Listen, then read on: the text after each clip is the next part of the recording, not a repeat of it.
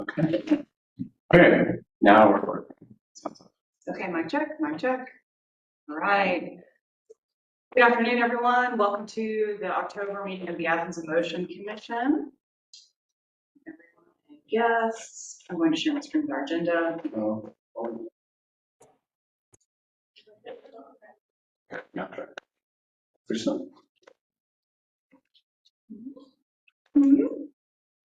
I don't know. Our audio might be really weird and messed up. It's showing both of us talking through this speaker as well, but I don't know.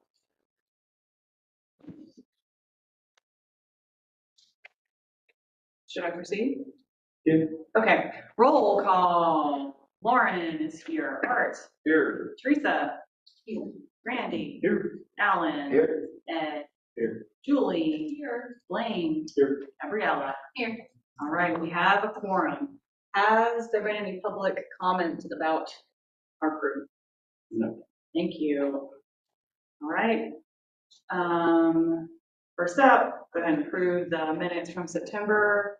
Thank you, Blaine, for writing them. We were here. It was jam-packed. We voted on Cherokee Road and Vincent Drive.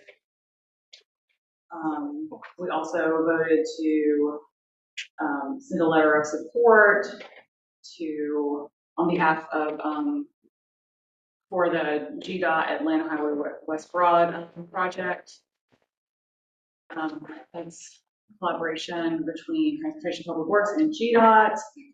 We also, very exciting, determined the projects we're going to submit for funding consideration for T-SPLOST. So we'll talk more about that in this meeting. Then we received staff updates. Are there any additions or corrections to the minutes? And basically, we already finished that. I didn't. The Vincent Drive heading has lost it. I don't seem to have received. Oh, you know what?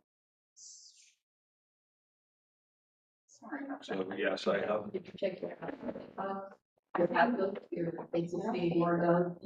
That's the only one I would look at. I get things temporary. Yeah, no, I get it. All of this business should come to my ACC and keep it completely discriminated. I got the agenda notification, but I think what it was, maybe. All right. This got sent to our old listserv, and I sent it to myself, and I meant to forward it to you all. I sent you guys a lot of things today, and so you did indeed. yeah, because I didn't get I got hardly anything from the day job done today. So, let me fix that. I'm sorry about that. Nonetheless, based on prior experience, I'm sure they're perfect. Well, I think they're pretty darn good. Yeah, I think you accidentally sent them to the old listserv, that's all. And I noticed it, and I was going to pass it along, and I just did not. Sorry about that, y'all. I'm going to pass that on to you now. You're being very slow. Come on, Outlook. Get with it. All right, fine. I'm just going to send it. Unfortunately, Steve and Ronnie are also going to get this.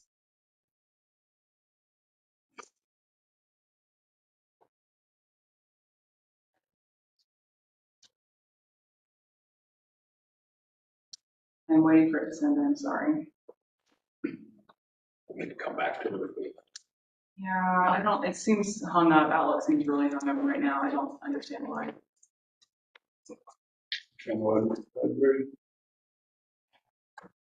It's just stuck. All right, I apologize, y'all. I think it's a good idea to come back to this, and I'll check on it in a minute. So I'm sorry about that. Let's go ahead and look at the agenda altogether.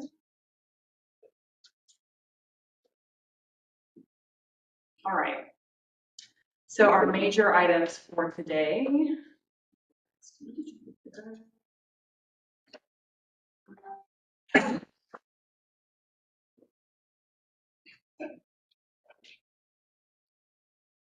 Nice.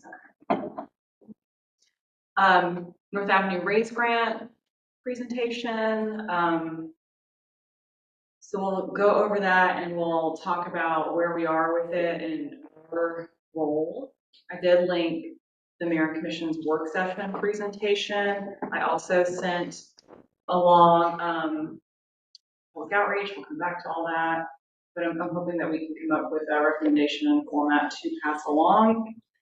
And then we'll have an update on T-SPLOST 2026. And then we'll receive staff updates. So a lot of this is going to be about North Avenue today. Any changes, additions to the agenda? That I will entertain a motion to approve tonight's agenda. So moved. And I'll second it. Let's start with Teresa. All those in favor, please say aye. Aye. Aye, all right. Any opposed, no sign. We are good to go. I think I'm going to provide the short version of like the context about North Avenue. It's not going to have all the information. I'm going to pass it along to you.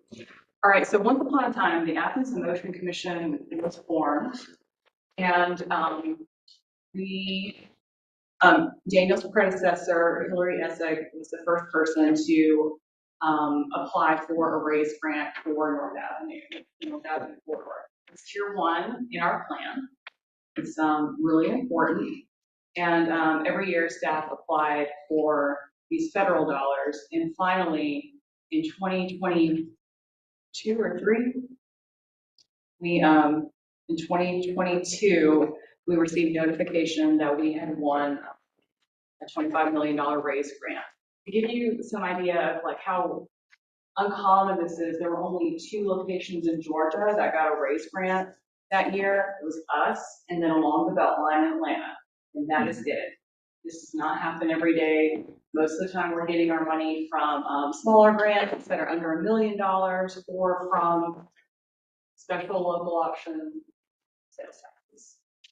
So kind of a big deal. Every year when, as Daniel took up the helm to apply for this grant, they would have to start, start all over with the application process. Several members of this group and past members helped with that submission. And then Daniel had to go around and ask for letters of support from all these entities. So this is something that the county really prioritized getting buy-in for service providers and the community along this corridor every time they submitted the application. And there's certain formula that are used and criteria to determine whether we get this. And finally, our numbers made it so that we were able to get the money. And some of that is because we had another person die along the corridor. Someone who's in the sidewalk, a man who I remember just walking in Athens ever since I was 18 years old, and he was on the sidewalk and he was killed. And he's no longer on this earth. So then our fatalities and injuries got bad enough to where the federal government was like, okay, Athens, we're gonna give you all some money to fix this. But there's a lot of work that goes into implementing this grant. There's really tight timelines. And I feel like staff has not been set up for success. We have to spend the money by a certain amount of time. And Daniel, you can get into the weeds with this if you want, but at this point, I think the county is putting forth our own money, hoping to get reimbursed. And has been in communication with the federal government about the difficulties with this timeline. But it all along was a safety project designed to improve safety for those using this corridor. Yeah, and it was originally we were going to replace the bridge over North Oconee. We were going to partner with GDOT, and GDOT had programmed, which means that they had lined up in the queue funding to replace the 2 bridges over the loop, which don't have any sidewalk or anything on them. They have a little platform and a rail that's up to my knees, and that's it. And then there was going to be some bike ped infrastructure or something like that. There's not enough money to replace the bridge from 1973 or 1978 over the North Oconee River. And unfortunately, GDOT has deprogrammed replacing those bridges over the loop. So there's already some things going on. There's a few things. It's not that we didn't have no money, it's that we had to do a reduction in scope based on the obligation date. So, Thank you. and then, yeah. The obligation date, what does that mean? Look at that. There's one other thing you mentioned.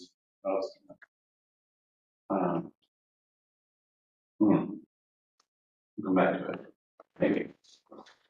So at this point, we did public engagement a year ago. So you all got the results of that. So Ronnie submitted that to us.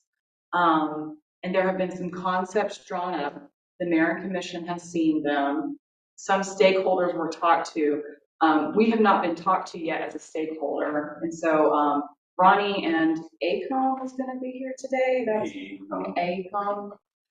And I'm a little disappointed that they're not here today. Daniel, I like to talk to you. I appreciate that you're here, but I was hoping that we would get the message a little further up. Yeah. So no offense. No, Thank fine. you. I mean, I've been supplying our point of view, the motion point of view. So they've heard it. Right. It just wasn't able to be incorporated into the current concept, so. Right. So unfortunately, like the Mayor and Commission have seen a concept and have heard from a roundup of other stakeholders, but they have not heard a roundup from us or Bike Athens or Go Georgia, formerly Georgia Bikes, even though it's a tier 1 project in the plan. So I'll be honest with y'all, I did reach out to staff because I was concerned that we had not been asked to weigh in. But we were asked now, and hopefully we can get this message out there. Yeah. So I'm going to share my screen. So some supplemental information. Here's a heat map of crashes on the corridor. You can see that there's a heavy concentration up here at the interchange, 282. Can you make that bigger, Jenny? Yeah. And can you zoom in? You can zoom in from WebEx, it looks like. That's the one thing I really like about WebEx. Yes. Is that helpful in that? Thank you. So you see here up at Freeman Drive, we got 96 crashes. The 282 crashes are basically with these interchanges here and these interchanges here all combined. And along there, we've excluded the crashes that are on the loop underneath those bridges. 119 crashes North Avenue and North Crest, a few at North Side. These we didn't highlight those, but and then 163 crashes at the North River Bridge. So. And what's the time frame of these crashes? It's not an all time. It's like 5 years. This is. It might be 10 years. It's either 5 or 10 years. But we could pull up the current statistics. This is from a couple of years ago. This is from 2021. So now we have more updated crash data. I can pull that up and explore it if we want. This is just to highlight kind of the ratio over the years. It's kind of mostly stayed the same. And in terms of where those crashes are at. So one of the things that we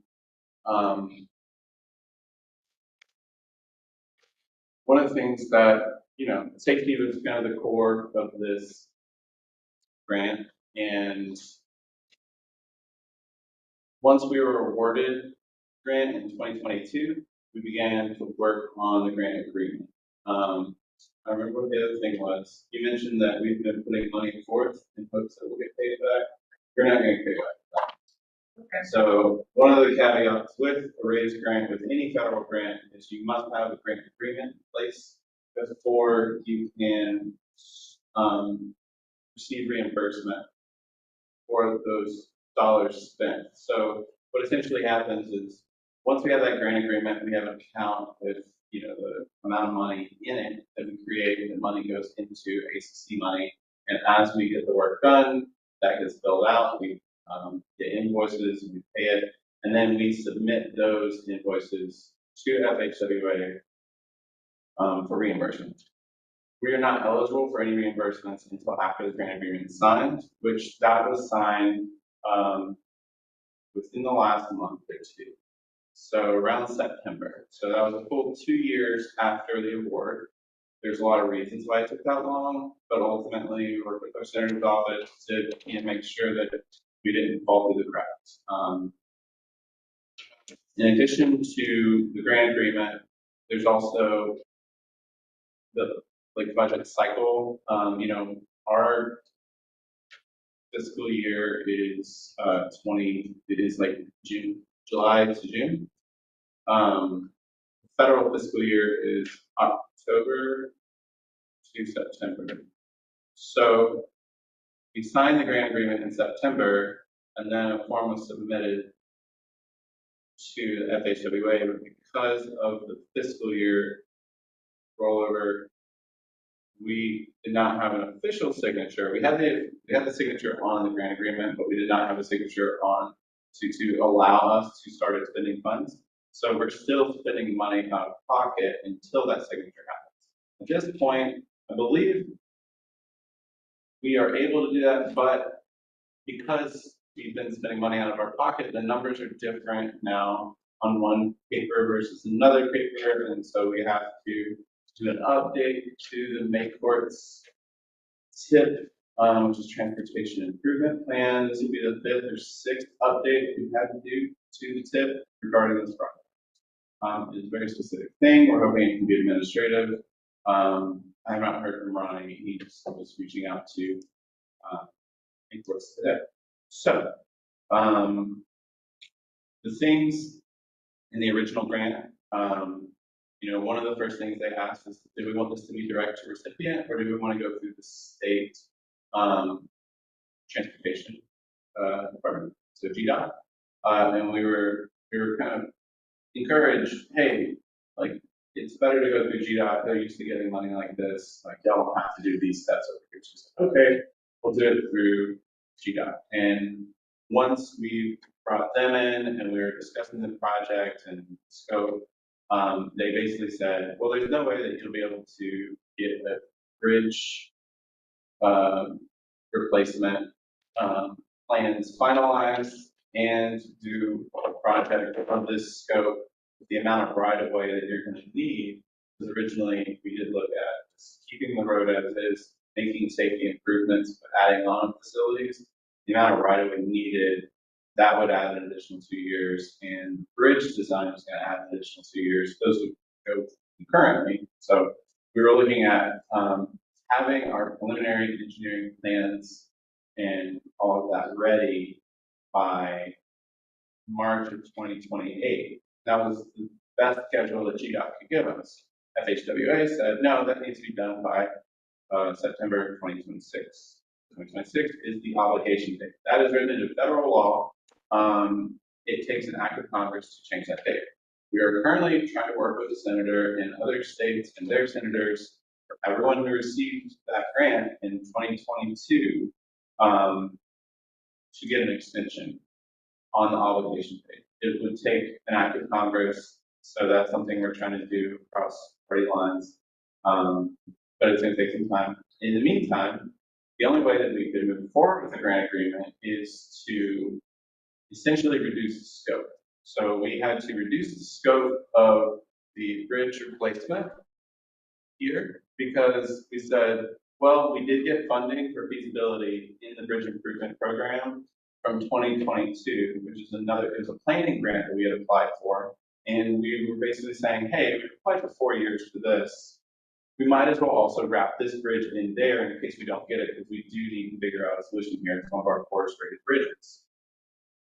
So we ended up getting both grants. So we had to make a call which one is going to have a bridge in it, because you can't double bid. After the discussion around the scope reduction, we decided to leave the North Oconee River Bridge in the Bridge Improvement Program 2022 VIP. That includes construction funding or? No, that's just planning, but If we get planning, then we're more likely to get the construction. that's the hope. They can't promise that, but there's a reason that there are planning grants available, and it's to follow the processes that get things moved to the front, not the front of the line, but more likely to have something that is winnable and eligible with other grants. In addition to that, as you mentioned, GDOT had programmed to have these bridges replaced. This was before we even wrote the application. So in the application, originally, we had put in a pedestrian bridge to go alongside because we had no idea when these bridges were going to be replaced. GDOT reached out to us and said, hey, aren't y'all working on an application there? We're actually looking to replace those bridges. So depending on whether you get it, we could expand and accommodate multimodal transportation options. So we said, oh, that's great. We wrote it in there. We had a record of it on there. That bridge replacement, I think, was around 14 million for those two. And so the scope we wrote basically goes up to this intersection. It excludes the bridge. So then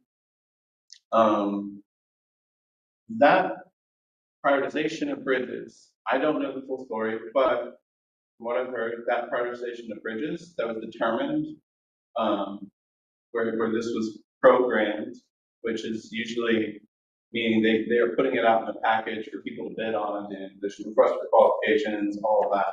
So consultants actually reached out and said, hey, these bridges are, like some of the consultants that helped us on the original application said, hey, these bridges are being programmed.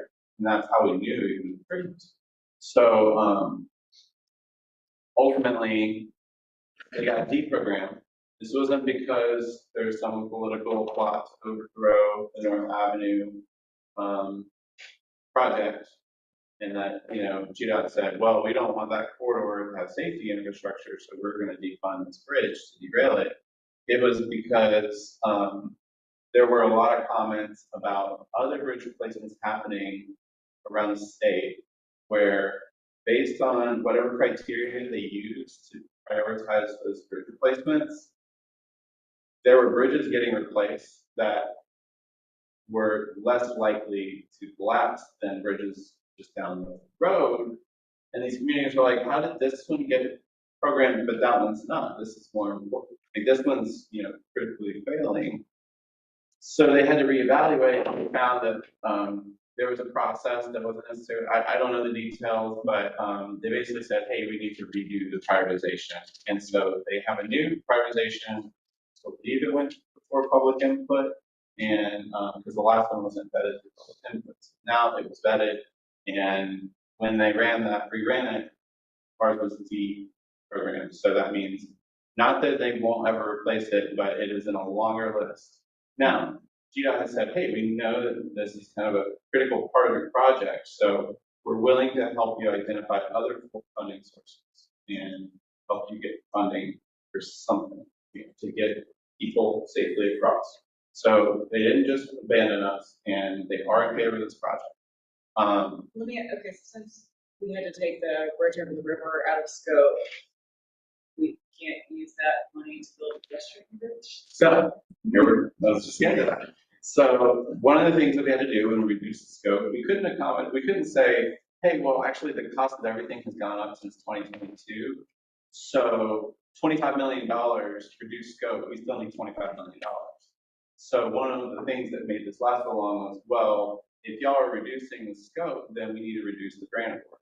So, what we did was we altered the scope, took some things out. We determined based on the volumes and some of our consultants' work that this is a candidate for a road diet. Even it's been vetted by 3 different consultants at this point, based on the volumes and the peak flow and stuff like that.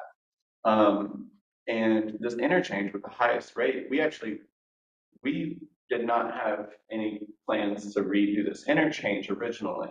And so what we did was we added in a roundabout to help reduce, because after a site visit where we saw multiple people coming off the loop, looking at their phones, and then they glanced over and saw a group of 20 people in reflective vests, and they kind of hid their phones away. Whereas, like, there's no way that they would have actually been paying attention because they're all slip lanes, people are moving quick. And they're not used to pedestrians being there. So putting in a roundabout here to allow for basically a slowdown of speed as you enter into Athens, and then you can easily kind of come off the loop into that to go north or south, or you can go through that to go west on the loop. Up here, we did some designs. We found that there was a really low number of people who were coming off the loop that are coming this way and then turning left. It was like in the hundreds, like 400 people a day, which is very low for a volume of 12,000, 15,000 in some places cars per day. So we could basically have it set up with that roundabout. It just adds, 20, 30 seconds basically, maybe a minute tops to go and then go through the roundabout to turn around and go north.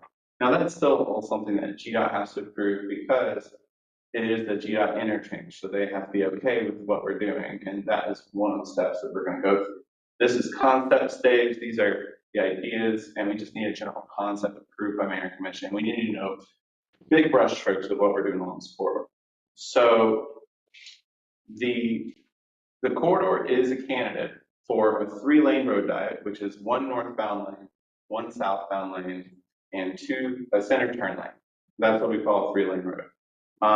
The volumes and the peaks, like a 3-lane road rebuilt with the way that we, with the signal timing and the advanced signals that we're putting in as well, all of those things are where we could manage the traffic really well. And we even doubled the growth rate that we would normally do to say, okay, well, if this area, grew at this rate, which is the normal rate, but we're going to double that, and even then, still within the threshold. So, but we had stakeholders reach out to our department and say, hey, where's this coming from? We never got to have a say. These are people with vested interest on the corridor, whether it ranges from, our transit department to police and fire department, the Downtown Development Authority, Classic Center, and basically everyone who reached out, me included, got a meeting. And there was not a big master list of stakeholders that was provided, so it was overlooked, and for that, Ronnie apologizes. He was kind of responding as people wanted to provide quick feedback. So now that there's interest from Athens Motion Commission, like Athens and Georgia Bikes, we are setting up meetings with you guys and Georgia Bikes, or Go Georgia, to bring that in as official stakeholder input. So it's not going to be separated or grouped in with the public input. It is still going to be considered stakeholder input. It's a lot, I know. The most important things was that in our current configuration of 5 lanes, a lot of right-of-way acquisition would need to be done, as I mentioned earlier, to add in bike facilities along the corridor. Well, okay, let me ask you this though, if it's 3-lane though, that you have 2 extra lanes, then within the. Right, so you would have room to do a lot of different concepts, which we kind of have multiple options, whether it's separate bike lanes. Do you have any illustrations of those? I think that's going to be pretty big bike lanes. Mm-hmm. Well, a lot of it, we also incorporated green infrastructure. What's the current configuration? 5. 5. Yes, 5 like the whole way up until the loop where I think it splits into 2. And people are complaining about the loss of lanes with this plan. Yeah, Is that the bottom line? yes. So the preferred concept that staff went with was a 4-lane configuration with 2 outbound lanes, center turn lane, and then 1 southbound lane. Okay, when we say staff, that's not your recommendation. This is DPW staff recommendations. So you got, Transportation, Public Works, they, as a department, we get feedback from all of our subject matter experts, one of which I am, as well as Katie, also a subject matter expert. And yes, we all contributed our opinions And then based on conversations with the managers and, our director and assistant director, make a decision of what the staff preferred concept is based on input from all the state subject matter experts and conversations with the manager who's in conversations with the commission. I'm confused. It's just now 2 lane, 1 lane, 1 lane another way, and turn lane, the same road that was gonna be 1 lane, in one direction, 1 lane in another on a turn lane?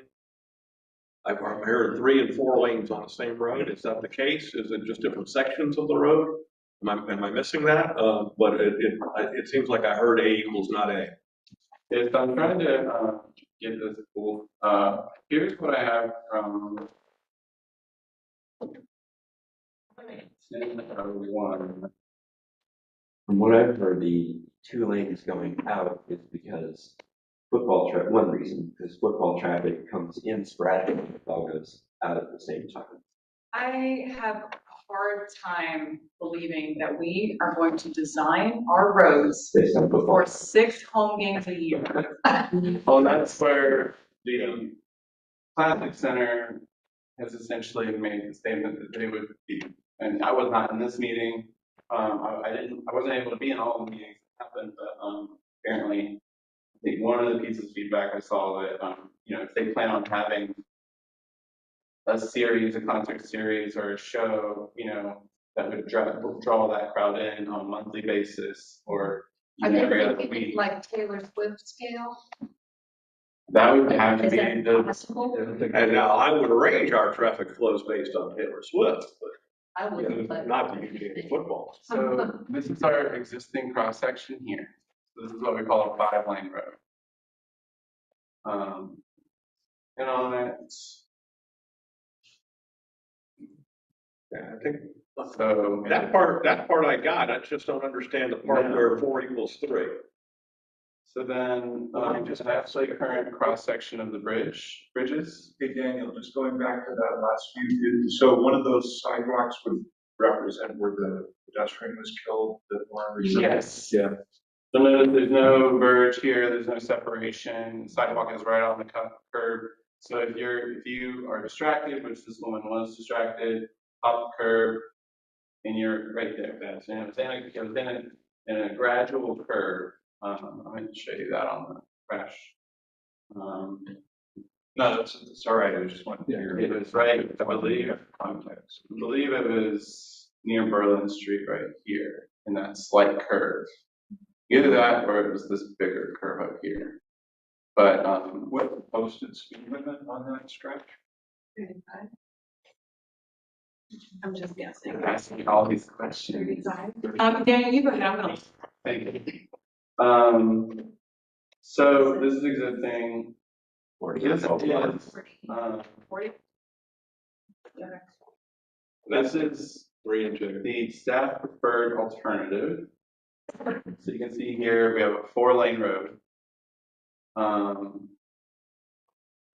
And there's a center turn lane. And there's a sidewalk with separation, street trees here. Ignore the size of the trees, they're placeholders. And this has a separated bike path as well as sidewalk over here. And over here is an expanded sidewalk.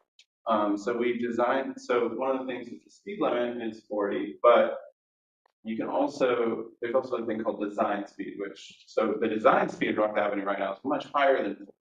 So if we actually wanted to try to change the speed limit, they would run the 85th percentile and they'd find that people are going faster than 40, and therefore they would say, oh, actually, we need to increase the speed limit because we need to match to 85th.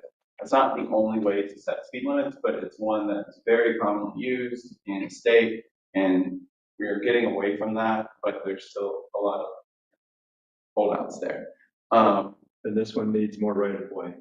This one, let's see what. It's listed as a con. Yeah, so there is, Yeah, I'm confused about the concourse. It looks like that there's a separated, like a 2-way yeah, so these cons, I don't think were the final version, or they're at least done wrong. There's some typos. So you're right. This is what Mayor and Commission saw. So this is the alternative from MLK to Old Hull Road. And then over here is from MLK to Old Hull Road. It's also listed as a staff preferred alternative. So I'm not sure, there's alternative 1 and alternative 2. And this one has a multi-use path, which is, yeah, so the cons, just, y'all can just ignore them. Was my question stupid? No, I'm trying, so. Are you trying to get there still? So, all right, so So this is 4 lanes. this is the 4-lane road, and this is the staff Well, we preferred. started off talking about a road diet down to 3 lanes. Are we working our way down to that? Is that? So of the other things that we looked at, other alternatives analyzed, I want to start with the staff preferred concept. So here you can see, this is what a 3-lane road would look like. You got enough room for trees, street trees, a wider verge there, landscaping, bi-directional bike lanes where you have a bike lane on each side, and a sidewalk. I think it's 8 to 10 foot sidewalk. So you get like multi-use path on both sides almost, making it very comfortable for all other modes of transportation.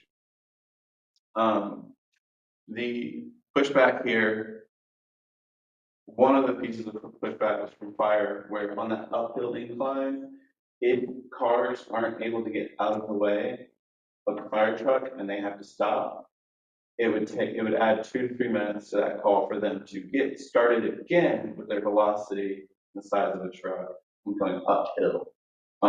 So their feedback was really just on that uphill section, we really need 2 lanes. We want everyone to get over. And they kind of get confused with something like this.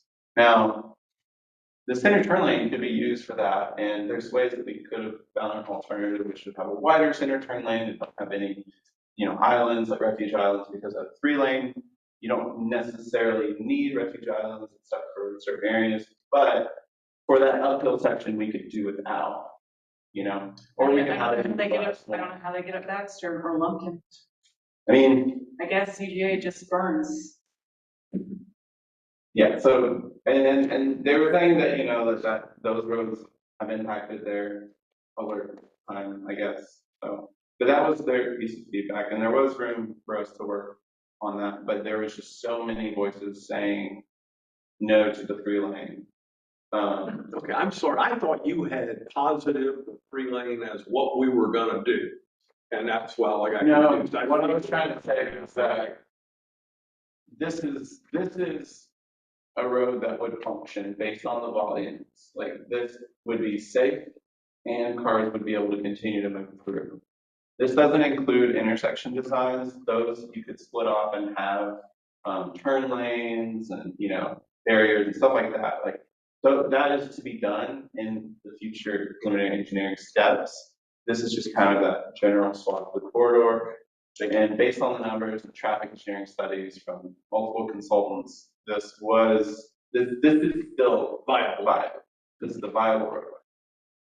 Daniel, I don't know what this is even called or if this is in favor these days, but there are a lot of places that have like a center lane that can drive the traffic and either go one way or the other way. Yeah, they don't, we've talked about that. They're kind of being phased out. People get confused by them. Yeah. The equipment breaks. But like for just those 6 days a week, a year that people are driving out there on game days, that could be one thing, with like police presence and stuff. Yeah, I mean, they already do that. To the North Avenue up to this section, they actually turn all of those lanes outwards. Yeah, so same when Taylor Swift comes to the So center. that is absolutely something they Right, the one time. They got accommodate. The one time. But Seems less expensive to have that extra. yeah, there's also a version here where you see you do have all the facilities on one side, with a wider sidewalk on the other side. And then here's an example of what a bridge could look like. This is the Norfolk Coney River Bridge. So if this were 3 lanes, the way that this would be the new Greenway connection across the bridge to connect Willow Street to Mountain. That'd be nice. But we're not doing a 3-lane. We're doing a 4-lane. Well, that is the current staff recommendation. It has not been voted on. So what is up for mayor and commission vote right now is, this is the staff preferred alternative. This is what that bridge looks like over the river. This is what the general roadway would look like, one of these two options. I believe we'd be able to use this area in areas where it's more confined and slower and we don't have the downhill speeds as much. And the downhill speeds, we prefer to have separated Yes. facilities. And then the bridges, this is another thing. The northbound bridge has 12,700 vehicles per day and southbound bridge is 5,300. So we were showing on the southbound bridge, closing down one of those lanes and turning that into a multi-use path and providing barricades there for safety. Now, that still makes it complicated when you look at the plan view of the corridor, because southbound is this side. So all the social services are on the other side, up in here.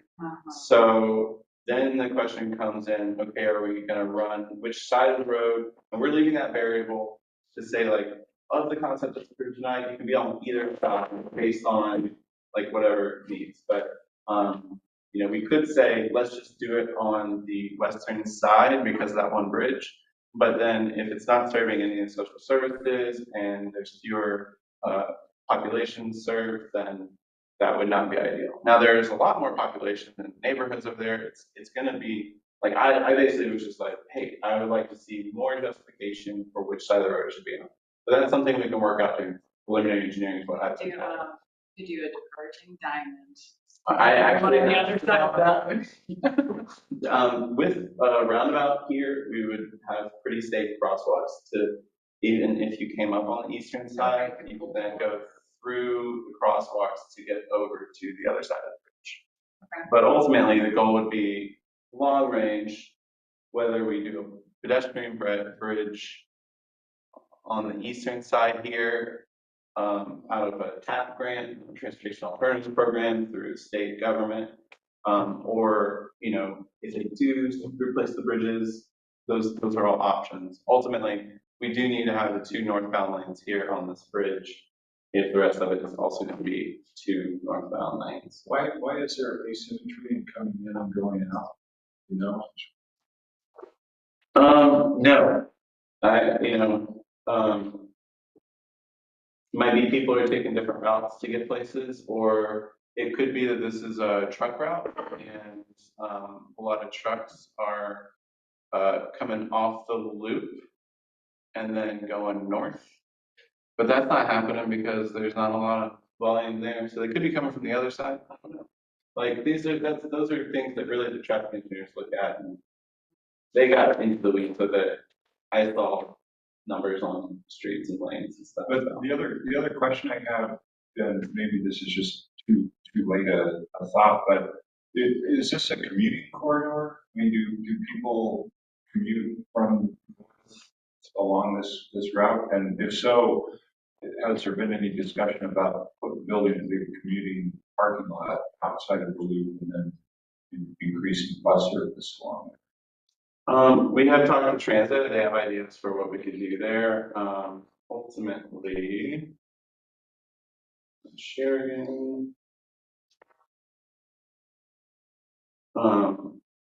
So North Avenue, right here. So North Avenue is right here, and it turns into Danielsville Road, which intersects up into Highway 29 eventually. So Danielsville Road has a high rate of crashes. It is one of our highest rate corridors.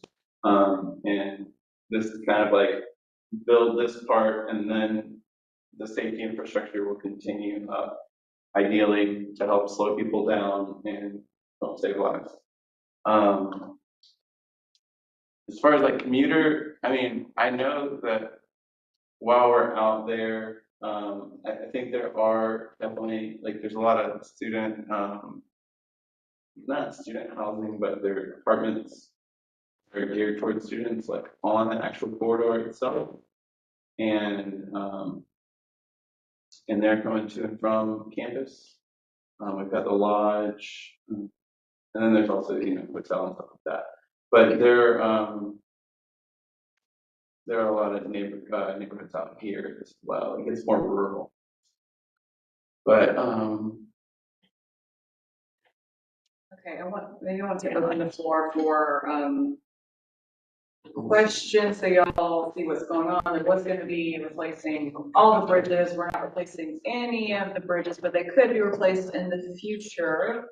GDOT says, we're gonna be your friend. they will be replaced in the future at some point. We don't know when that would be, but GDOT has said they'll help us try to identify funding sources, get grants to do like a pedestrian bridge alongside the blue bridges that would allow for access. So they're in favor of helping us identify something. Okay, so I got a question. Rather, yeah, rather than replace it. So the staff prefers what's presented to mayor and commission. Yes, in a work session last month. And then, so there was discussion apparently, and some people came out and talked about how terrible it was. Is that what happened? Yeah, there wasn't public comment at a work session. That's more the voting sessions. We're expecting people to show up because there have been some like town hall meetings and, one of my friends texted me and said that they got this invite to a meeting because they live in the corridor, and they went and someone was actually presenting, like somebody not affiliated with Babycom, like a private individual, did their own design because they do construction design stuff, and they did their own design for the corridor that shows 5 lanes, I believe. I haven't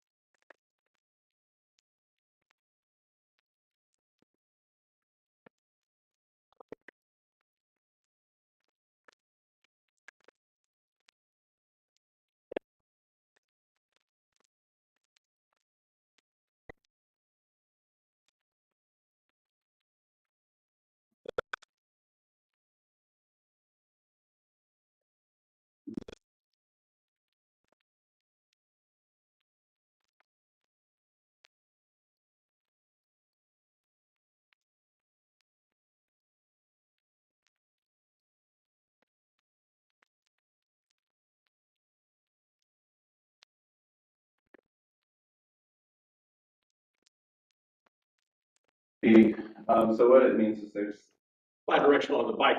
yeah, bi-directional bike lanes, which, Yeah, so versus a two-way cycle track. It's confusing because bi-directional is also two-way.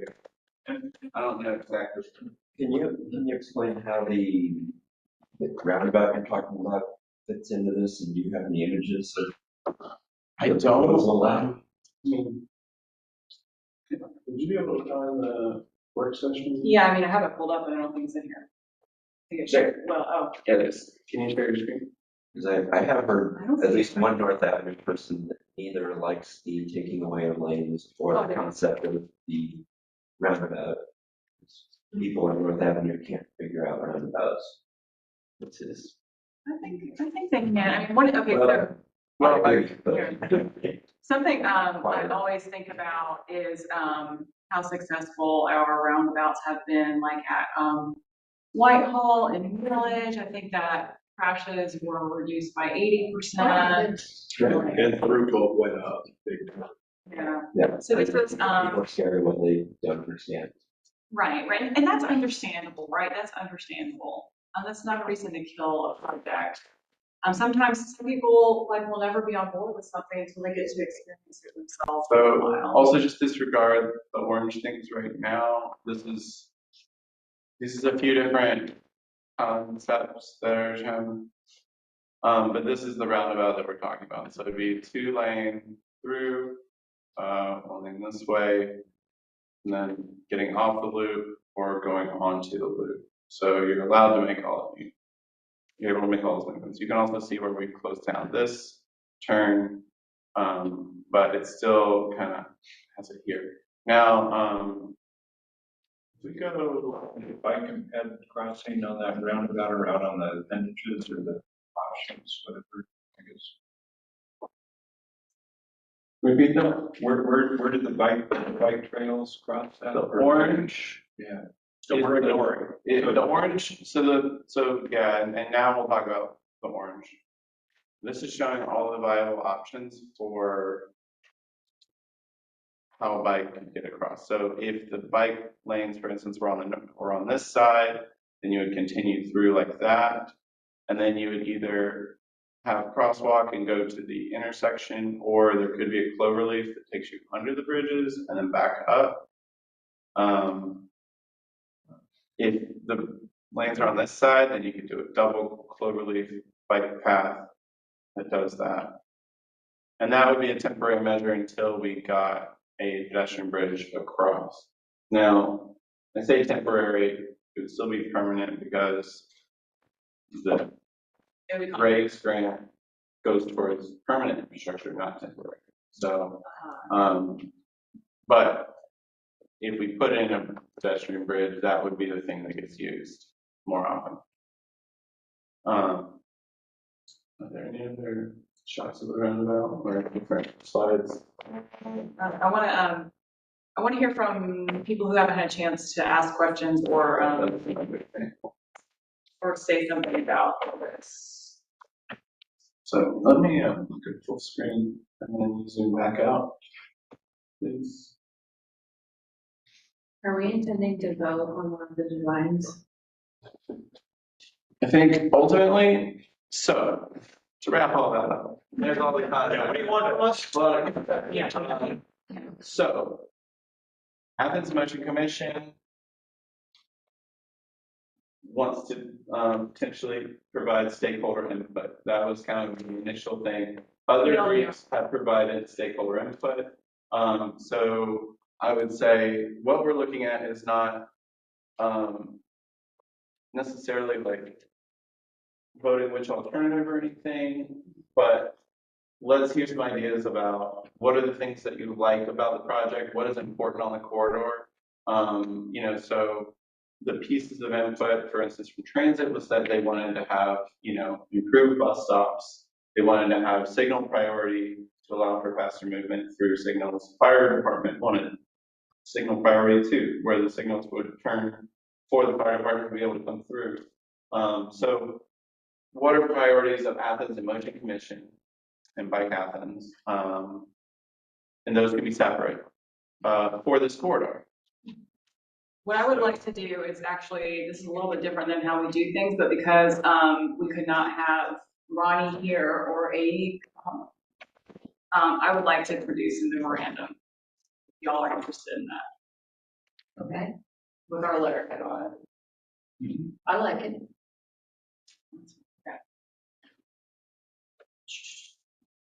Okay. Thoughts, we'll change that. And we can pull up the concepts again. It seems like on many levels, 5 lane is just unacceptable.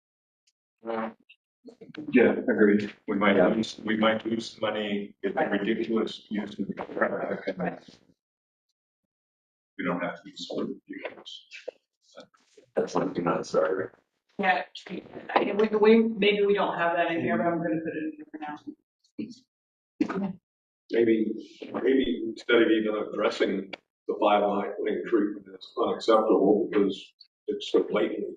So, maybe we just say something firstly that the Athens and Ocean Commission, for varying reasons, including the preservation of the grant possibilities, is firmly behind, 3 and 4 lane alternatives for this corridor. And I would put in parentheses the definition of 3 and 4 lane. Because I have heard people refer to Right. 4 lane is not having a turn. our 4 lane, yeah, they refer to it as 3 lanes only. So the current configuration is 4 lane road in there. Well, we just saw your slides again. It cleared everything up. Okay. Yeah. Yeah, what was that first sentence you said? The Athens Motion Commission is firmly in favor of 3 and 4 lane options for this corridor, and then in order to assure raise grant eligibility and safe bike ped traffic, in the corridor. And I just say bike ped traffic. Maybe after the word options, say in parentheses, both including the center turn lane. Yeah. As one of the lanes. Sorry. Yeah, I kind of want to almost have a statement before this that encapsulates, like, we're not just married to a particular option, that we want the safest options, like what that looks like. So maybe we have something before that. Maybe we're firmly in favor of I'm just going to be imperfect, safest options that fulfill the original objective of the raise grant application. And then we get specific, And this, we'll spell check in a second. and this would include 3 and 4 options, including the turn lane, including turn lanes including turn lanes. Dan, do you know of the official stakeholders? Was Advanced Behavioral Health one of those people? But we asked them for a letter. We did, yes. Okay. The letter of the support letters were not used to determine stakeholders, unfortunately. Even though for 4 years we asked these people for support, and then it comes time to implement the project, and then we asked people who were not in favor of the project to give their feedback. They asked to give feedback Okay. as stakeholders. Are any of the stakeholders contributing funds or resources to this project? We're not getting any. Just through taxpayer dollars, But this is a federal project. except for the money that's already been paid from our taxpayer dollars.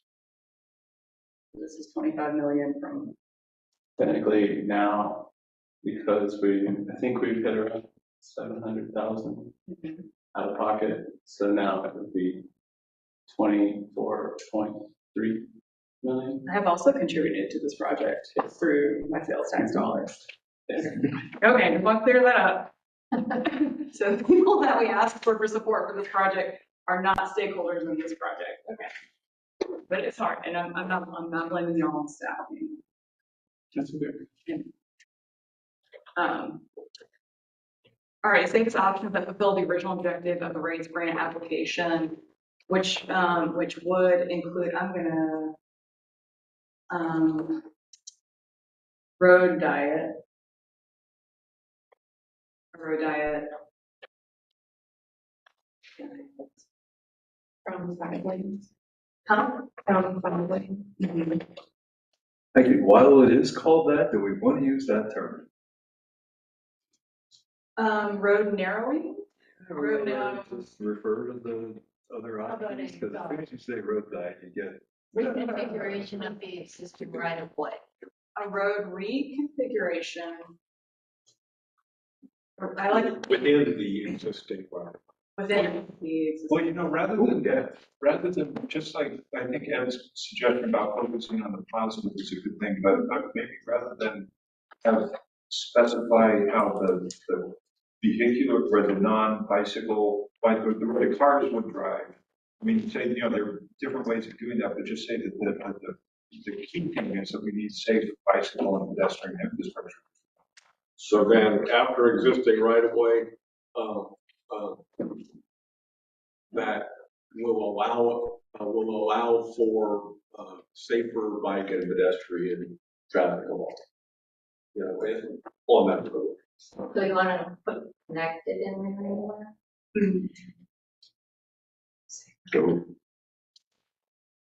I'm trying to think of something besides safer ways. Yes, Gabriella's in here too, yes. Safer bike and pedestrian traffic. I'm trying not to Just say, safe rather than safer. We want to get all the way to safe.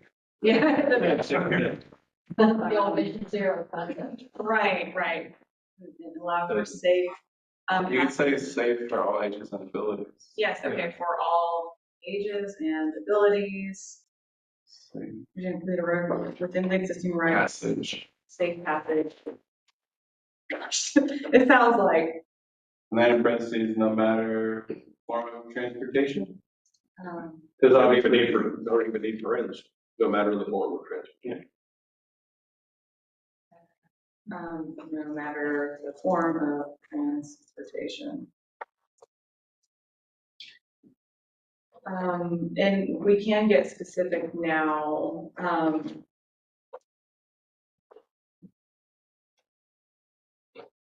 Presently,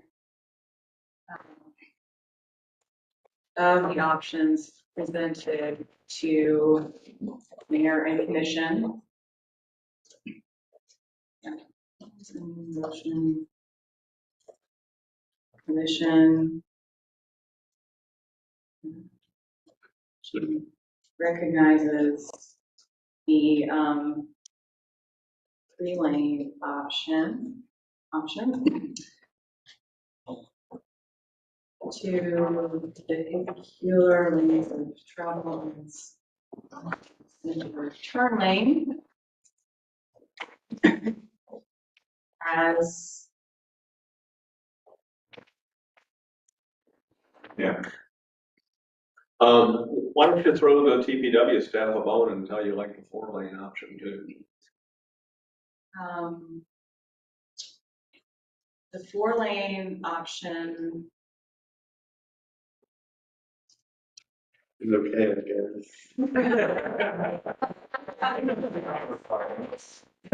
Okay, thank you. The 4-lane option meets the grant requirements. And we'll have significantly improved biking pedestrian. I want to come to that separately because I want to highlight the need for separate facilities because of the terrain especially. Because I don't think we were hoping to get out of this project like an additional like 3 feet of space for people to walk along the corridor or walk along the corridor because we already have 2 5-foot sidewalks. So we're just gonna add another couple feet and call one a multi-use path. That doesn't give us very much, right? Yeah. The 4-lane option meets the grant requirements. 4-lane option. To I would say appears to be, I'm not sure. Okay. Appears to be bigger requirements. The 4-lane option, while less safe, less Symmetrical?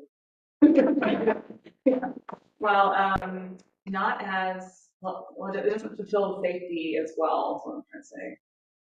Well, is that true? And Or you're, is it just that It doesn't because it doesn't, 3 lanes would narrow the crossing. okay.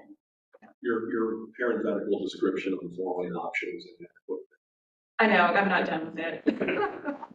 I'm not done. I said. Yes, no, I'm a little done, so Okay, so all right, I'm thank happy you. to. Yeah. While not as transformative, appears to meet the minimum grant required. Oh my God, I think we're getting some synergies going. We need to mention something about the social services side. Oh, we're gonna let staff be in the weeds with that, and it's Okay. fine. We don't need to be engineers there. Thank you. Separated facilities for people moving slowly and those who are moving fast. Walking and individual chairs. And those who are moving faster. And you're off the visible screen. I'm sorry, guys. Thank you. Faster. People on bikes.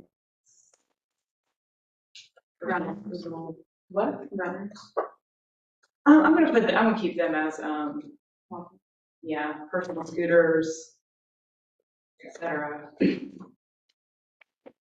Would provide the greatest comfort and protection.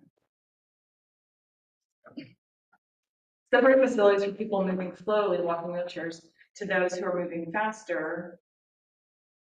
People on bikes, personal scooters, etc. would provide the greatest comfort. Are you married to comfort there? No, I'm not. I would just provide the greatest protection. Protection. Carry on. Y'all think about the next sentence while I fix this for Ed. Or down and one south. With the center of traffic. God, that's a look of hard. Yeah. We could just start the thing with definitions, and, you know, three lanes were defined as 2 travel lanes in the center turn, 4 lanes, 2 southbound, 1 north. Oh, I prefer the amendments. Okay. I know, it's so, y'all, sorry, it's so wordy. I think it's good to be clear here. And I think less can be more too. right, it really is, especially with a busy commission and our elected officials. So, Sincerely, Athens and local commission. yeah, I'm looking for the safest option. Respectfully submit. With all due respect. Not better. Do we want to add on the 3-lane option, the note that for events that require a significant amount of traffic, that we could always, that police or extra traffic control would always be brought into.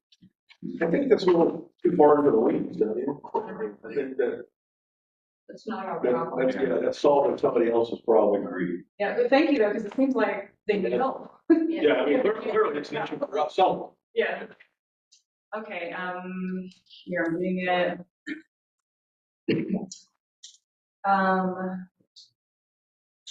The Athens and Motion Commission is firmly in favor of the safest options that fulfill the original objective of the RAISE Grant North Avenue application. Could you say unanimously?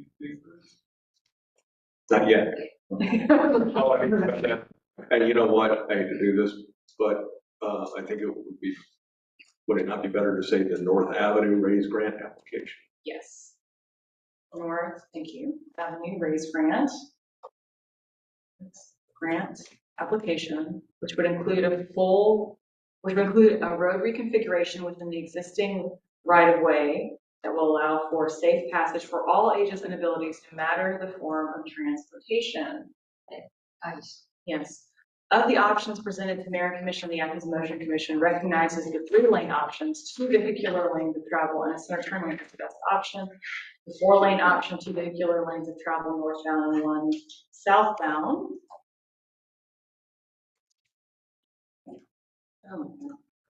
Southbound with a center turn lane, while not transformative, appears to meet the minimum grant requirements. Separated facilities for people moving slowly, walking in wheelchairs, to those who are moving faster, people on bikes, personal scooters, etc., will provide the greatest protection. I'm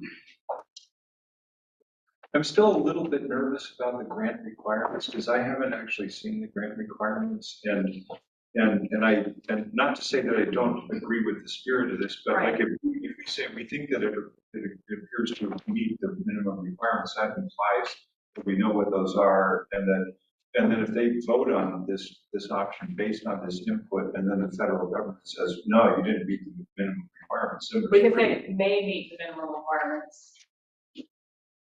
Sure, I just would make it as weak as. Looks as if. It seems like we're putting ourselves in a. Well, fine this between. is from us, and we didn't have to sign anything official. We're not Athens doing Motion. this. You could, instead of grant requirements, you can say spirit of the. Okay, Sure. The spirit The of spirit of the grant I like a lot more than requirements. I don't feel like it really does meet the spirit of the grant. I'm just kind of like, this is like the minimum fine. I mean, so the original grant did show keeping a bike lane and adding bike facilities. So, Minimum grant expectation. but You know what? And once you get that solved, I've got another criticism. It's an easy fix. Okay. Appears to, Well, I think haven't the grant requirements shifted because we've lost those bridges? Maybe meet the stakeholders. I'm not gonna talk about those stakeholders. I think some of them are not stakeholders. That's part of. That's really, I'm very frustrated with that. I shouldn't say that, but I'm just frustrated with them. I guess that's part of why they were pushing for the, right? Yeah, and they did not support our application to begin with, so it was never supposed to be about them. I'm just gonna be real. Not that we're not having feelings about that. Do we want to make, instead of minimum grant requirements, maybe make it, Well, in terms of dollars, because this allows us to maintain a higher level of funding, even without those 2 bridges. that, or you could say it's more comfortable for vehicles, but doesn't apply as much comfort for pedestrians. We don't want to give them that.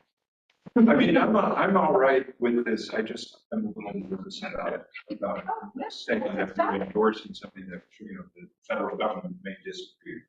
Well, and we're saying appears to meet, and all we have that to base on is the information given. So, I mean, this is a citizen advisory group. yeah. And my thought was that the final sentence should actually be the second sentence. Why do we think that the 3-lane option is the best? Because separated facilities would provide the greatest potential. Okay, so you want to move this? Yeah. And then put it right after as the best option. Yeah. Okay. Separated, okay.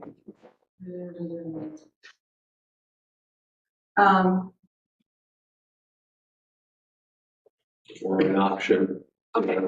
Well, okay, the reason why it is separate is because I was addressing the lane config, the vehicular lane configuration, and then addressing the bike ped stuff. So is there a way we can? Well, I mean, we said, the 4-lane will not as transformative appears to me. Maybe we don't even talk about the grant requirements, we just, it appears to meet our concerns. The 4-lane option is less favorable. I think it's fine, actually, the way it's written, well, not as transformative. Yeah. Yeah, I'm okay. I mean, we basically have said what we want and why we want it, but we're okay if you do this too. Let's make it. You could just keep it at the 4-lane option, it's less favorable. Do we need to explain why?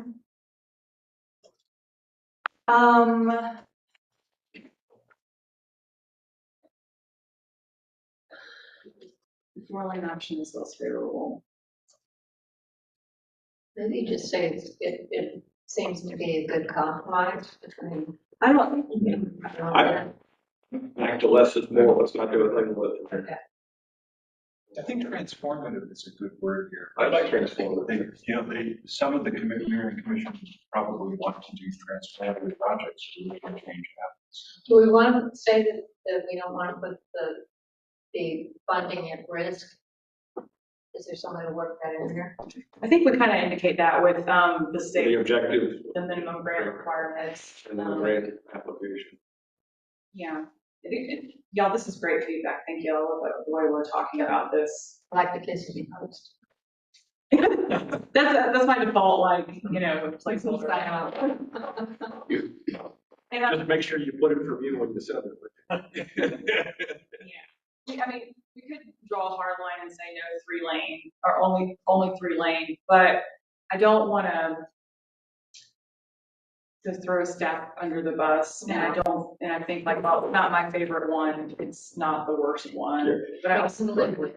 Yeah. We can live. yeah, I don't know if there's a way to fit this in, but one of the issues of like the 4 lanes is it doesn't remedy the issues with crossing the corridor as well. I don't know if there's space to put that in or if you're all like, let's just leave it. Leave it.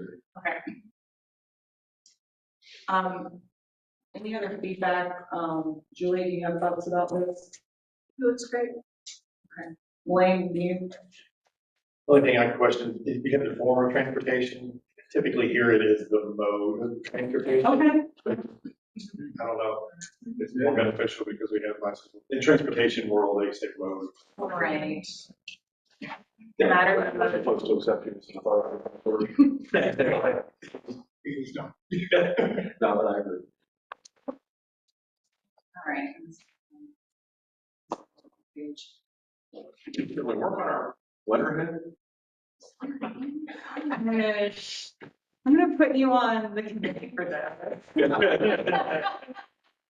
Hey, look, somehow you got my name in there. Yeah, that's true. What did you have? What did you have? Wait, do we want to address this Mayor Commission, Transportation, Public Works? Yeah, drug lunch counter. Okay, Daniel, what do you, because we want this to get to Ronnie too. So should this, I just say to, either say to whom it may concern or, to Stephen Bailey and Ronnie.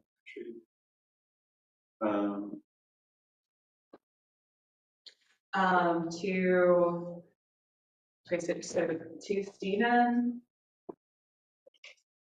and Ronnie. And then, should I CC and then see?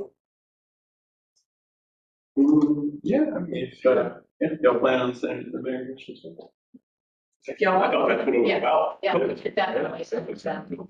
Sounds good. They want to hear from us. So since this is going to be CC to the Mayor and Commission, I'd like to go back and put in their names and everything, and I'll make this more formal, but, and I'm gonna work on this, okay? I'm sorry, I'm gonna work on it, but, so, can I get a motion to, and I'll make sure, I'll send this to you all too, so we have it for the minutes and everything, but can I get a motion to accept this memorandum regarding the raise grant for North Avenue from all the members of the Athens in Motion Commission to be sent to the directors of Transportation and Public Works, Stephen Bailey is the director and Ronnie Katrib is the assistant director, CCing the Mayor and Commission. So, Okay, we got a first. Second, I'm gonna do Gabrielle. You're always ready, Gabrielle. Any further discussion? All right, all those in favor, please say aye. Aye. Any opposed? Well, thank you all for indulging me. It's not often that we write by committee in an actual meeting, or always go to subcommittee. So thank you for your patience. That was good, though. We voted on this, can you say unanimous? What happened? Yeah, I think I have to go. I like firmly in favor. I mean, I think that's fine. Okay, thank you all. And there is public input tonight. Minutes ago. Started 30 minutes ago. Plan on letting us go early so we Do we have, is Todd gonna I get a have an presentation? update from Okay, so that's gonna go pretty quickly. I do want to move on to T-Splost and just talk about what's going on there with you all. This should be pretty quick. As you have in your agenda, there are links to applications. I don't know why I can't make this bigger right now. So what's going on here is I have pulled out all the questions from the T-Splost form and put them in a Google Doc, just to allow for easier contribution for y'all to just read it so we can look at it together. And Teresa, I know you've been going through, thank you.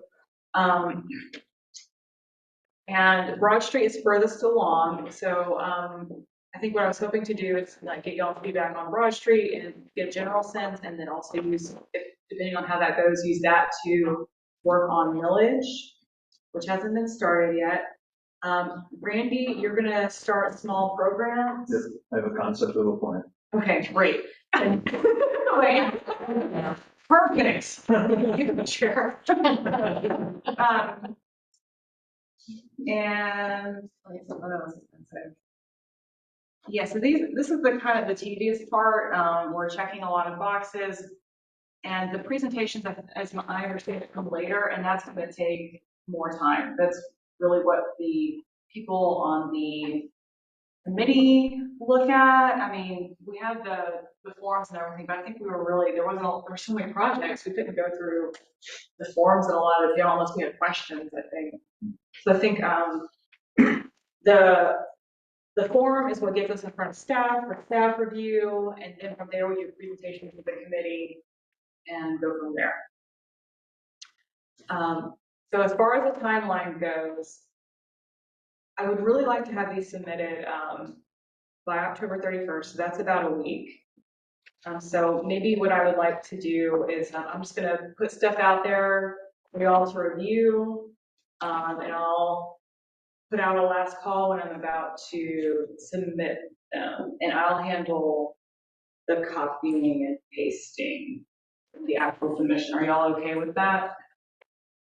Are you, I mean, so you're taking the burden of a lot of the writing to begin with, is that good with you, or what would you prefer to delegate for? If someone wants to tackle the tier 1 big bucket, that's cool. That would be helpful, and Randy's doing the small program. So, Yeah, it needs a better title. yeah, we'll work on the titles later. You'll just come up with something basic now, like the millage one. I can work on a tier 1 big one. Okay, so I'm gonna put thank you, Teresa. Teresa, do you feel like you can get a first draft together for us to look at over the course of the next week so we can finalize it? Yeah. Okay. And you can use, obviously you can see the Broad Street one so you see how we're going. I've done this before. Teresa, small programs, Randy. Programs. Is there a window when edits are most useful for you? Sooner than later. I think that since Teresa, I'll start this one for you. Okay. Based on the other one. So as soon as there's a link available, you can just go ahead and start putting in edits. I think that's fine. If you see a link and you can click on it and access it, and you want to provide feedback, that's great. Okay. Yeah, there's just a bunch of narratives.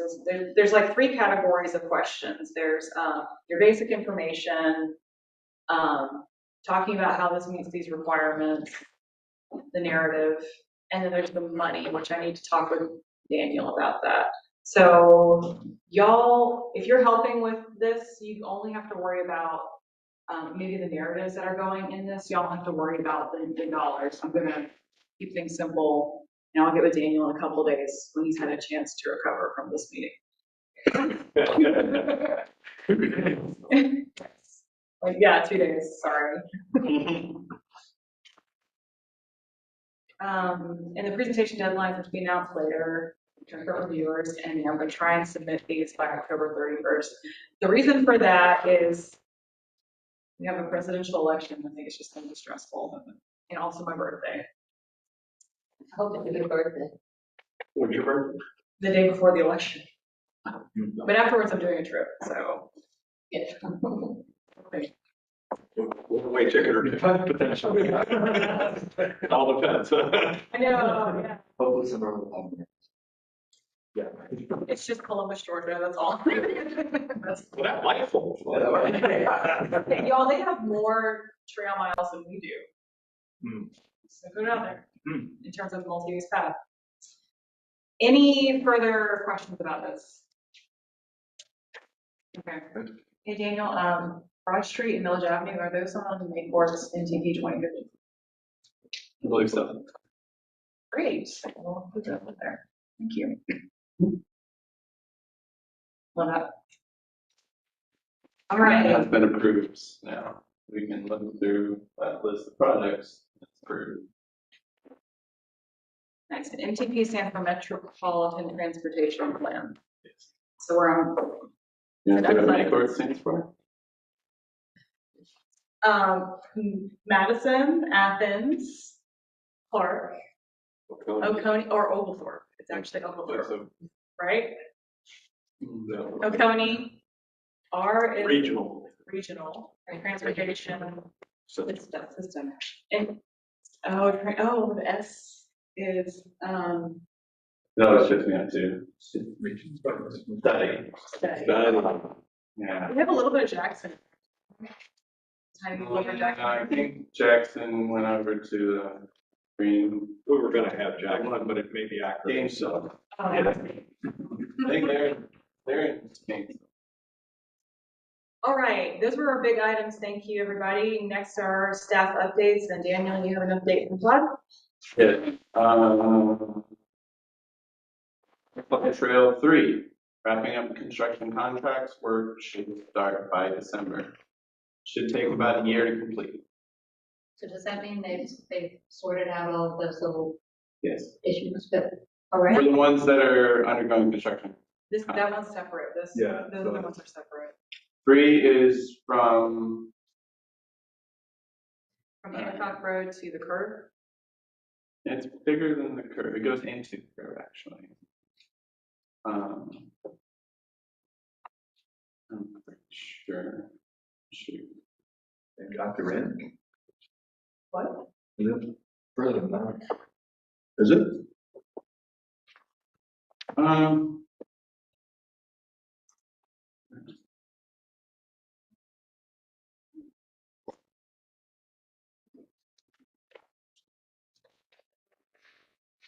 So, from, I believe, let's see, Hancock is here. So 3 is basically from Hancock along through here. And I believe the contracts, the construction contracts we actually have are going all the way over to here, to the boundaries of Oakmont. You know, because we need to get going on this. But I'm not positive, so that could be a good question for Todd next time. Or if someone wants to email. But I'm pretty sure it goes to here and then we'll pick up the next construction contracts. But the construction contracts need to be underway, construction needs to get started, while those last few bits are being taken care of. What else do you got for us? Greenway improvements in the nature center. Construction is underway on schedule, completed by January 2025. So, Oconee Street Bridge Greenway Underpass, currently working with Georgia Power on relocating their proposed power pole locations. This will allow us to connect the multi-use trail segment along Oconee Street Bridge, improvements to the Easley's Mill Trailhead adjacent to the trailhead driveway. So, yeah. MLK Greenway, developing the project scope for the consultant. Anticipate having construction plans complete in 2025. The Sanford Interceptor, which is the Cemetery Greenway segment. Oh, yeah, I wanted to ask about The this. sewer project should take about a year to complete. In the meantime, a temporary bypass trail has been built to allow access around the sewer. construction. Schedule asphalt. I was like, thing is that. So, and I mean, yeah, Well, they were not happy about providing that, from what I hear, Well, but there's like, they were willing to work. like, what's concerned about it, and build this pipe, and let people. well, yeah, because they're gonna basically have all that under, how long is that gonna take? A year? Well, I am actually impressed that we have a little bypass Yeah. through there, Yeah. instead of it being just blocked off. Yeah. So, who was behind, who was making sure that we had this bypass? Okay, It's coordination efforts between leisure services and public utilities department. please convey our thanks. Okay. Yeah, Yeah. it's wonderful, we don't have to have this blocked off for a year, so let's make sure that. I'll be sure to mention that for the next Athens motion committee. Agreement. Agree with the other. Yeah, The other one. which one are you? Which hat? Yeah. Yeah. Yeah, please tell them, I'm like, it's a big deal. I mean, people are I counting. know Alex, really appreciate your, so. Yeah. I am thrilled. Anything else? That's it. All right, staff updates. Maybe. I just sent out a crash report. If you want to get the map. Oh, silly. It's not, I'm still developing this format so we can compare the previous years, previous months, but, so we had no fatalities. Okay, whoa, okay, wow, hold on, can you go to the back? Total crash is 885. Yeah, so it's not a month. I went from September 1st till today because I wasn't sure what the delay was. Posting all these. Daniel, did they put them up, like the data? It's September 1st, 2024. Yeah. Yeah. 885 crashes of 7 weeks. Yeah, it's a lot of crashes. Yeah, how does that, they might be good to compare that versus new metrics data to see. Okay. How much would be average for that month? Yeah, all right. I'll work on beefing this up so we can do more comparisons with other. Sorry, I don't mean to interrupt. I'm gonna let you talk, Katie. You can get through this. Okay. Yeah. Yeah, I think it can get interesting if we do more comparisons with other months and years. But yeah, this is based on the police reports for traffic crashes. I thought we had a fatality or two. This month? Oh, so this is just for this one. September 1st to October 22nd, so it's a month and a half. I was, yeah, okay, I missed that part. Yeah. There was platinum. The goal here would be to provide a monthly update of crashes. Yeah, so I wasn't sure, I guess I could just do, if they're reported through today, I could just do the previous 30 days every time. You could do like Or meeting to meeting. meeting to meeting. Yeah. I guess, well, it's not like, maybe see if there's a delay. Yeah. Because. Yeah. Meeting to meeting won't quite line up. Let's just do previous month. All right, so I would have done just September today. Yeah. September to the end of September. All right, sounds good. Looking at this on a 7-week period, yeah, a lot of crashes, pedestrian involved 18, bicycle involved 6. They were all on campus, the bicycle ones. Okay. So the crashes where an injury was expected, there were 69 of those, and that's what's on the first map. Just to give a sense of, they're pretty distributed. I thought you were talking about the. You talking about this map or you want me to go down one? Yeah, that's right. That's any crash where there is a suspected injury is the first map. And The then, KVA crashes. Yeah. And then the second map, we had 5 suspected serious injuries in that period. So I just read a quick. 5 crashes, 8 injuries. Yeah. Okay. Yeah. And interestingly, they almost all involve motorcycles or mopeds. I don't know if you want to just read that or you want me to narrate. Is KPA a standard notation? Yes. I think insurance companies use it, but, Okay. yeah, it's CAPCO, so, yeah, fatal injury, suspected minor injury, suspected serious injury, property damage only, and I don't know what the other one is. K is fatality, A is serious, B is minor injury, C is complaint of injury, and O is no complaint, it's property damage only. Okay, thank you. Yeah. I think I gotta pick up a new acronym. So many. Gotta keep on your toes. K is killed. Yeah. Yeah, that's the one that makes sense. Yeah. I don't know why A is serious. I guess we could talk about each of those. Danielsville Road, someone was walking on the road and was hit by the light of a trailer that was being pulled by a pickup truck, and it was like a serious injury. The report has a lot of pedestrian blaming in it, saying they were in the road and wearing dark colors. I haven't looked at what Danielsville Road looks like at that point for a walk. I'm guessing it's not a good facility.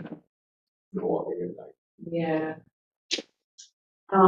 Yeah, the action movie one on the street at Strom. Yeah, the driver turned into a motorcycle and then the motorcycle driver was ejected and the motorcycle itself hit 2 people on the sidewalk. So that was a 3 injury. 3 suspected injuries, 1. Yeah, moped, probably not. Sure if that was an infrastructure issue. Yeah, another motorcycle on Cedar Shoals tried to pass a car that was going too slow, I assume, and ran into the pedestrian island and wrecked. I've had people pass me in the turn lane, Yeah, like using the turn lane. And this is when I'm driving. Well, that's where those islands typically are, isn't it? Yes, definitely, yeah, So motorcycle. is this the pedestrian island doing its job?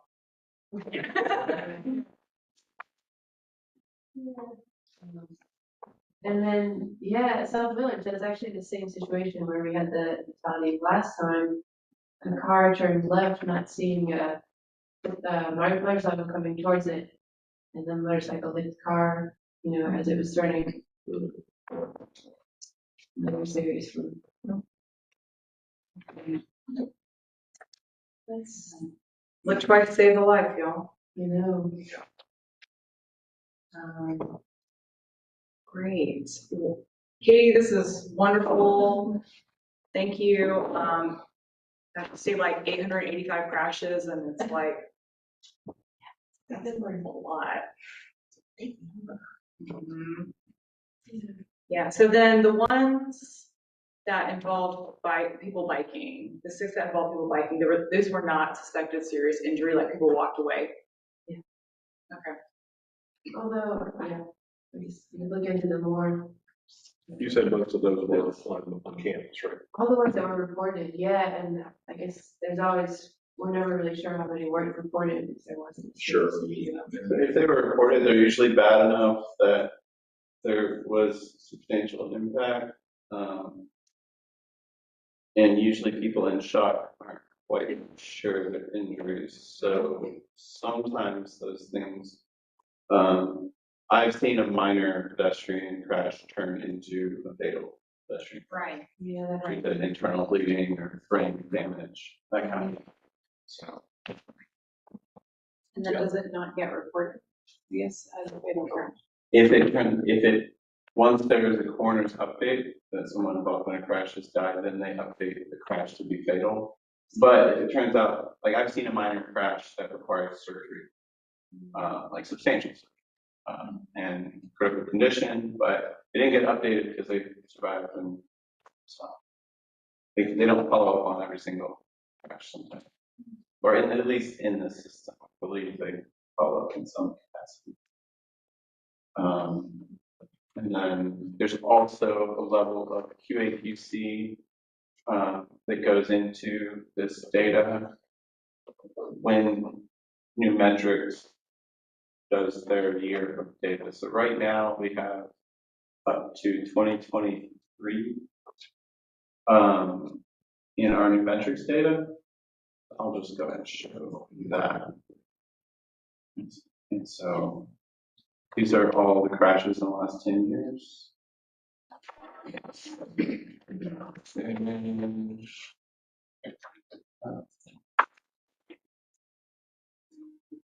so there's all the crashes in 2023.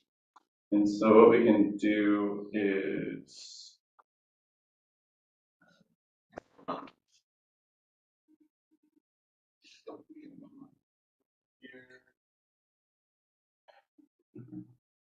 so we have like, I guess this is a September report basically, September and October.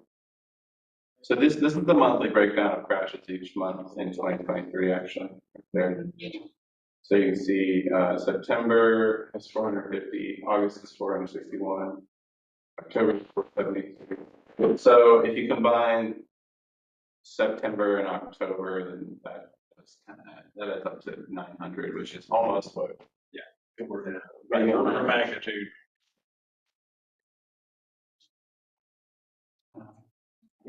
This is just a dashboard that you have, right? We don't have access to this. There's a public version of it that doesn't have as much detail. Right, okay.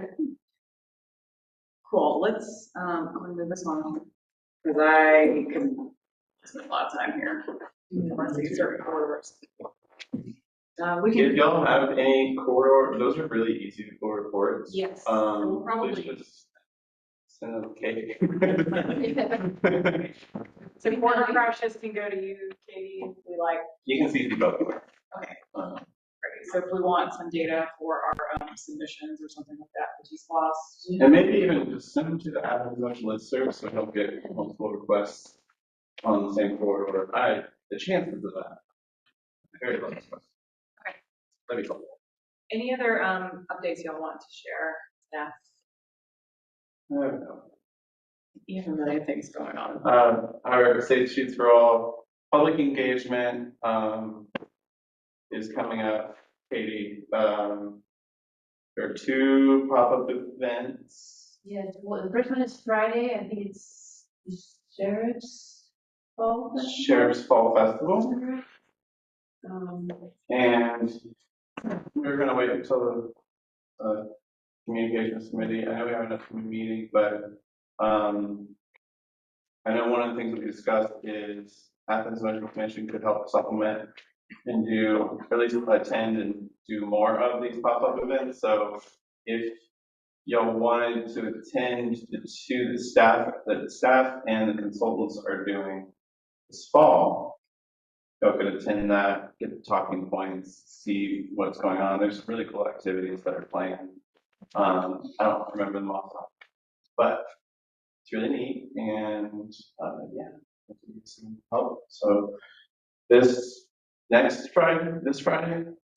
Yep.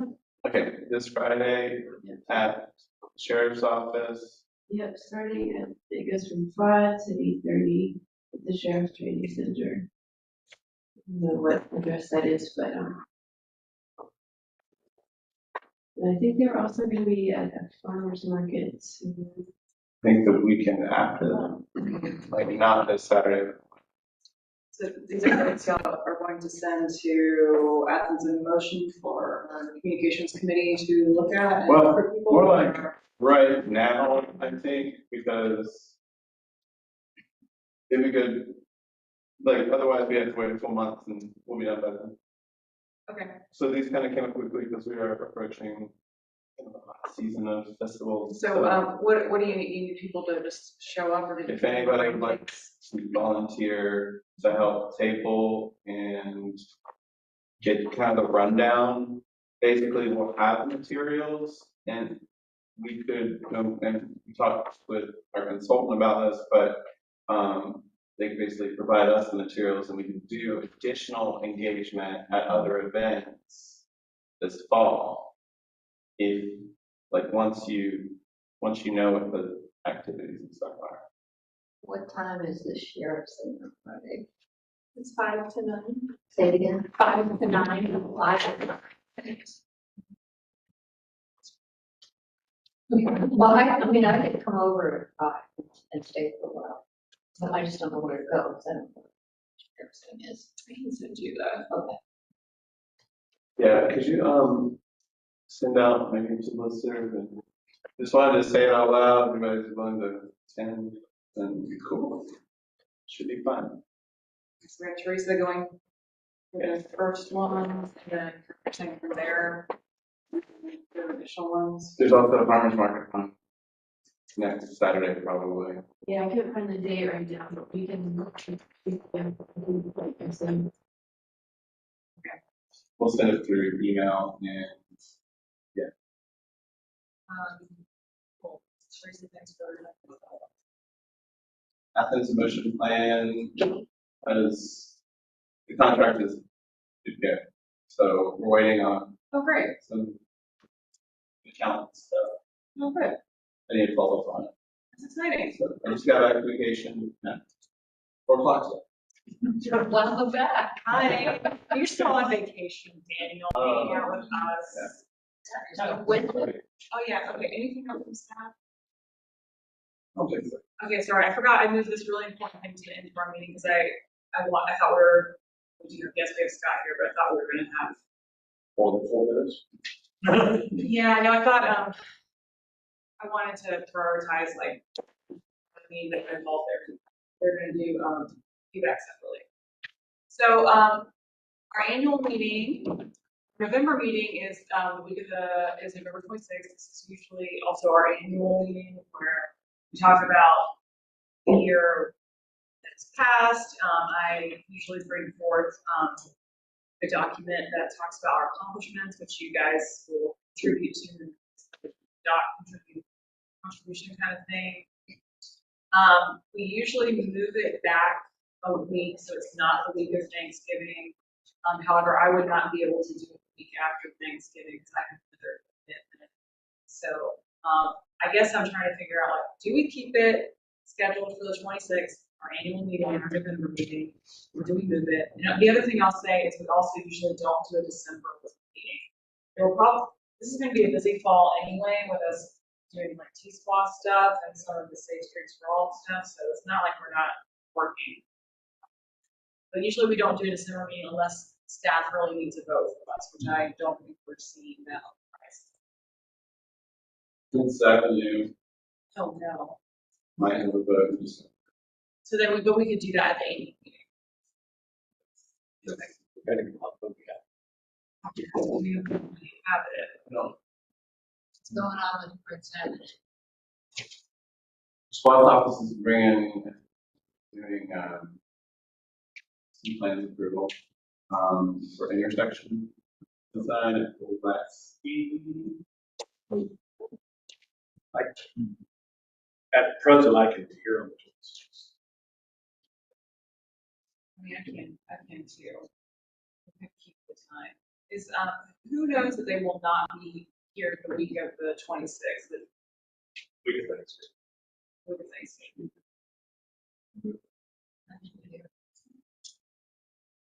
Your maybe Art. I can do it, I would get family. Bring home, share my son. Yeah, it's our annual meeting. Yeah. It's a bit longer than you.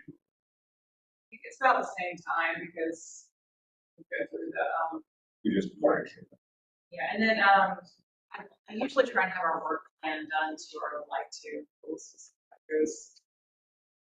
Okay, so we're, at this point, we're just gonna keep our meeting. Are you gonna be in town? Thanksgiving, yeah. Yes. Yeah, you just got back from vacation. Seems like it. all of my mom and dad and grandmother, my 91-year-old grandmother. He's in transportation. Actually, her birthday might be. Growing his More expertise. easy transportation, it's not getting it. Hey, yes. I'll invite her to come up. All right, so we're keeping our meeting time. We are going to meet on the 26th. Thank you. We're not going to shift it. And then any updates from our committees, in-house committees, or otherwise? But we, for projects and policies we met with, the started talking about the work that they're doing with state streets. I can never remember which projects. For which, sort of the bike lanes. Yeah, it's like a So we started to come up with a list of criteria to prioritize projects. We talked about meeting Thursday, but you gonna be okay with that, Daniel? With get kind of swamped here? Otherwise, we can do it. Or did we need to get that feedback?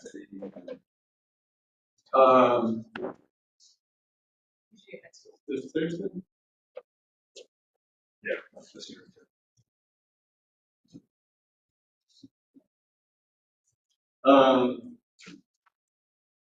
Yeah. 4 to 5:30. Okay, so we'll be meeting 4 to 5:30.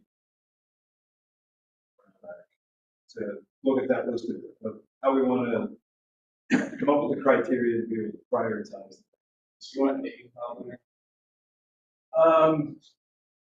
I'm thinking no. I don't think it's if they can make it great, but I don't think it's necessary. It's ours. And she gave us a list of what they had added. Great. Any other committee updates? Not an update, but we're going to have our next meeting Wednesday the 30th at 4:30 downstairs, which I'll send information out about. Lauren, your little ditty, over 500 years. Sorry, I ran with that. I would take it granted. So yeah, we have a video of people buying conference and so other people buying. We have a video documenting that. It's from part of one day. It is not a superset of multiple days. Where Yes. no duplicate people, from what I've heard. I didn't capture everyone. I didn't use all the footage. And it was just 2 hours from location. Okay. So. Well, that's pretty good. Happy to do more things like that. I'll try. Anything from the TISPOS committee? We voted on the plan for Atlanta Highway, putting in the multi-use path on there. It was unanimous with the statement from the TISPOS. Nice. Is that the Kinley Horn? Yes. I'm so excited about this. That was one of our projects. Is there any conversation about that? Maybe, but I'm not. Might be worth checking into if that's happening. Greenway. Just that the Greenway Commission is working on updating their Greenway network plan. And we've actually hired a young woman to help with the editing and the centralization of the document from 14 different Word documents into one centrally located one, that sort of thing. But we're optimistic that this is going to put us in a position where the network plan will be easier, well, will be maintainable. How about that? Okay, yeah. Exciting. And other than that, I think Daniel covered everything else I wanted to talk about. Thank you. Thank you. UGA. Just real quick, we're having our annual Safe Drive event on Thursday, November 21st. That's our vehicle bicycle inspection. It's not really an opportunity for any tabling. But Bike Athens will be there if we wanted to maybe have any swag or anything to hand out. Maybe we could do it where the Bike Athens table is specifically for bicycles. I think I'm still got some, safety that's. Okay, We great, can give out, awesome. Scott, you got Joyride this Friday? Joyrides this Friday. John and I are gonna be talking to Ronnie tomorrow afternoon about our Avenue thoughts. Big things No, you have is there a bike class tomorrow, for people who are new to biking? You guys do that every month? every month. Great.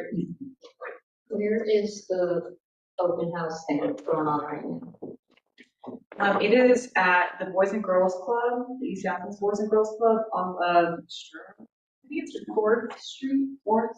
Yeah. Yeah, or What, does it have a name or anything? The Girls and Boys Club. I didn't mean to say that. Yeah, I think it's from East Athens. Stores first? it's Friday, kind of like the last Friday of the month. It's either off of or company. On our. Yeah. It's pretty much stretching the power of the street. What is it? Just talking like that. On my. Yeah, I don't know. Well, it's more often than that. Should we, Oh, yeah, right. should we adjourn before we? Yes, okay, thank y'all. I'll entertain a motion to adjourn the meeting. So. Second. All right, all those in favor? please say Aye. I don't know. Did we actually record this? Oh, they're at Daniel's, fire, which is. Yeah, it's 5.